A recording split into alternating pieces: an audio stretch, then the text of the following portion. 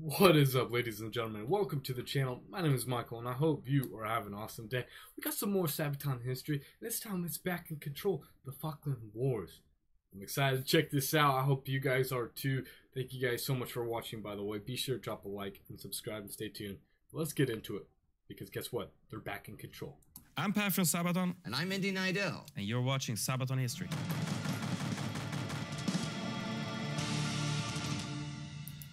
If you write songs about military history, you cannot help but writing about topics that are very sensitive to one group or another. And that was back in control. Yeah.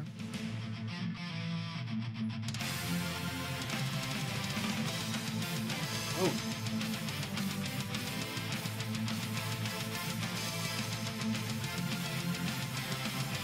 Hey.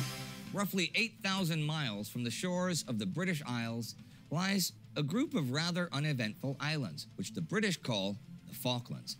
In 1980, the population of the Falklands of some 1,800 people and over 600,000 sheep was slowly declining, but Britain seemed unwilling to invest time or care in its long-term future. It also seemed like it could not have been further away from world politics.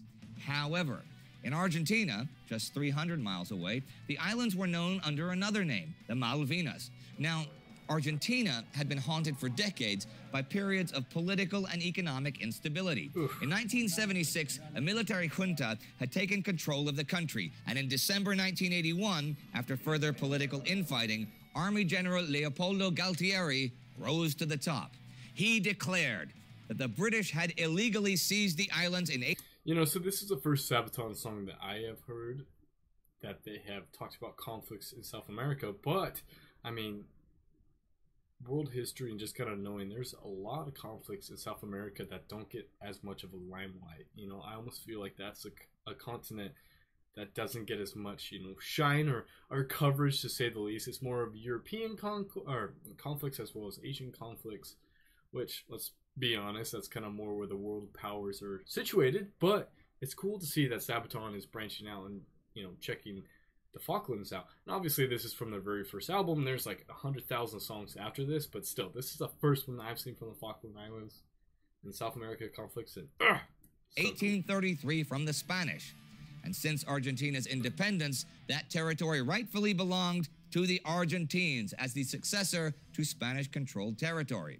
And now, closing in on that anniversary in 1982, Galtieri promised to take back the Malvinas, and if necessary, he would recover them by force. This, of course, was a political move over anything else. The junta was unpopular with large segments of the Argentines and was repeatedly accused of disregarding both the law and human rights. By reclaiming the Malvinas, the junta hoped to inspire patriotic fervor and rally the people. Back in 1968, actually, Great Britain had asked the people on the Falklands if they wanted to be part of Argentina under a Lend-Lease agreement, but the majority of the islanders wanted to stay with Britain. In 1982, Britain was led by an increasingly unpopular conservative government under Prime Minister Margaret Thatcher, known as the Iron Lady for her reputation of being both tough and resolute. Thatcher, however, although in the middle of a budget cut for the armed forces, was not about to concede the Falklands, and all of Galtieri's demands were refused. Argentina was then swept by a propaganda campaign of recovering the Malvinas, while the army secretly prepared for invasion. Problem was, the propaganda was so effective that at the end of March, out on South Georgia Island, Argentine workers declared their own separation from Great Britain, forcing Galtieri to act quickly. On April 2nd, Argentine forces invaded the Falkland Islands. Caught off balance, the small force of British Royal Marines defending the island fell back towards Stanley, the capital. Armored cars and Argentine snipers quickly surrounded the city, though. Now, those Argentine forces were told to avoid British casualties, since this could lead to an all-out war, which both sides wanted to avoid at this point. So they urged the British troops to surrender. By midday, they did, without casualties, and once the airfield was in Argentine hands, the main army flew in, garrisoning the island. By the end of April, the Falklands had as many as 10,000 Argentine troops there, hoping to present Britain a fait accompli and get away with it. In London, however, after meeting with First Sea Lord Sir Henry Leach, Thatcher approved the assembly of a military task force, which was quickly mobilized. Centered around the aircraft carriers Hermes and Invincible, the task force of 100 aircraft carriers, 10,000 troops that Argentina has versus 2 aircraft carriers. Ooh, I don't know about 27 that. warships, supply ships, and troop carriers journeyed 8,000 miles south. That's nearly 13,000 kilometers. Oh.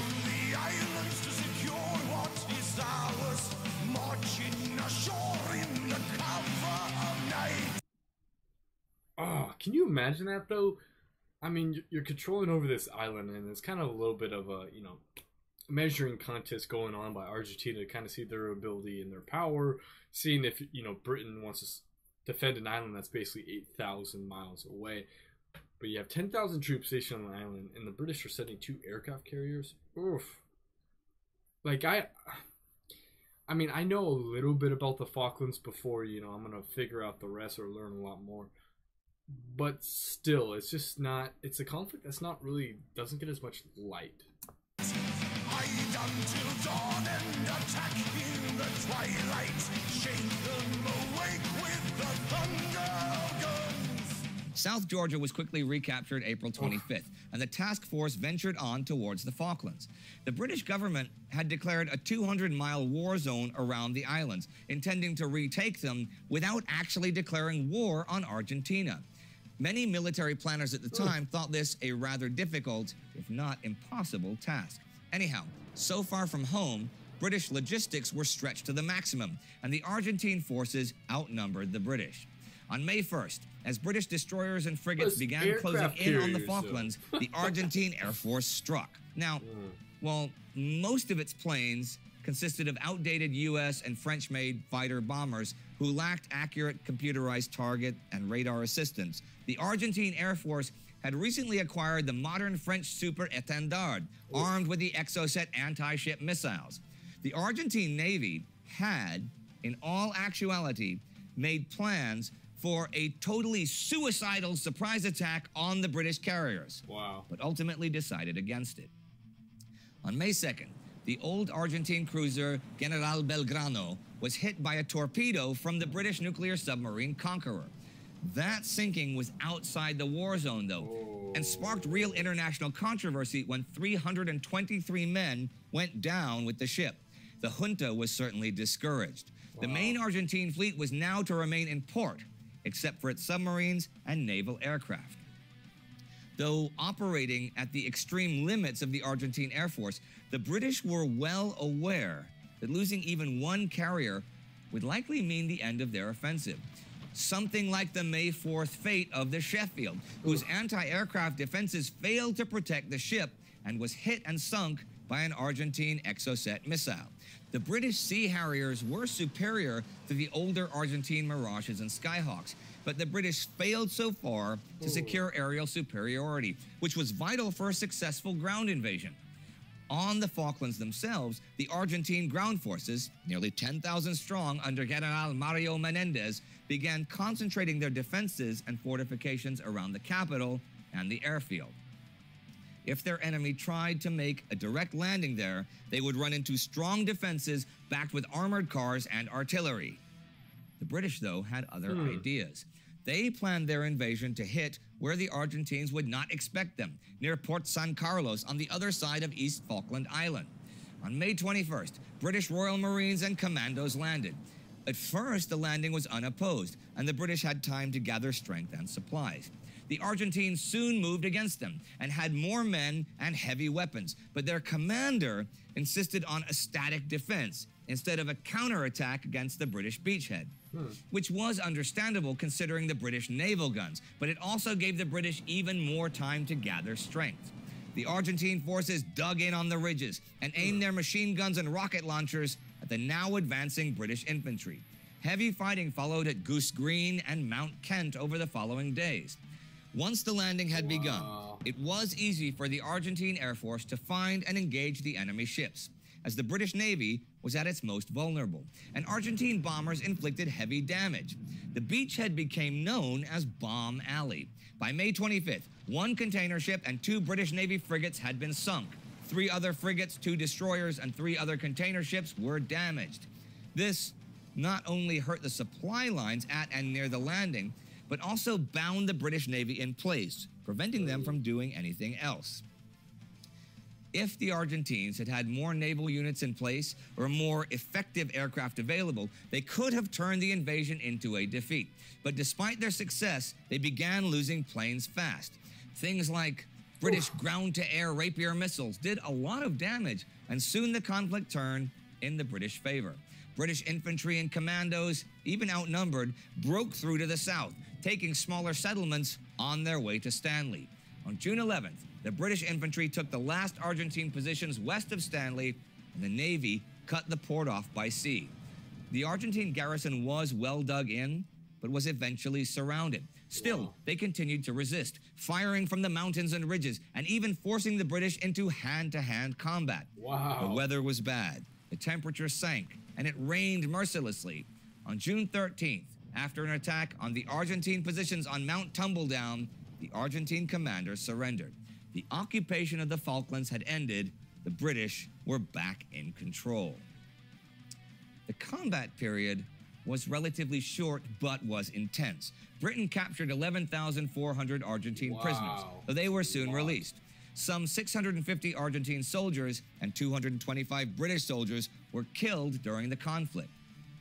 In the end, it all came back to politics. While the victory raised Margaret Thatcher's ratings to an all-time high and ensured that the Conservative Party remained in power, the defeat had seriously undermined the political position of the Argentine junta and was to be the final nail in their coffin. They were soon overthrown by a civilian government. It was indeed a war about control. Did the British hold... I mean, before he finishes right here, just some of what I'm noticing, the control aspect is, one, like he said, it is a political game, and let's be honest, the majority of what happens in the world ends up being a political game. That being said, the British, they want, it's like a strategic spot to have some sort of, territory down there in South America, whereas kind of Argentina is viewing it, okay, we don't want any sort of British influence or British rule. And it's interesting to see that, like he said, it backfired on Argentina and the government, yet it strengthened the British. Interesting. Hold on to a mostly forgotten piece of their imperial history? Or did the Argentine people have a rightful claim to the islands, despite the people on the islands wishing to remain British? Either way, the comment section will be fun to read. We are back. Like he said, the comment section will be fun to read. Be sure to drop some comments, wisdom. Definitely a war that's not really talked about, as me being an American, there's some bias to what history is taught. So I've heard of this conflict, didn't really know a whole bunch about it, knew it was an extremely deadly conflict, even though they do classify it as a war. That being said, Back in Control, Sabaton history. So excited to check out Back in Control. Be sure to subscribe, stay tuned, and watch Back in Control. It's going to be up on my channel after this is launched. But anyway, stay hydrated out there. It's very, very hot. And as always for me, stay healthy, stay happy, and have a blessed day. Peace.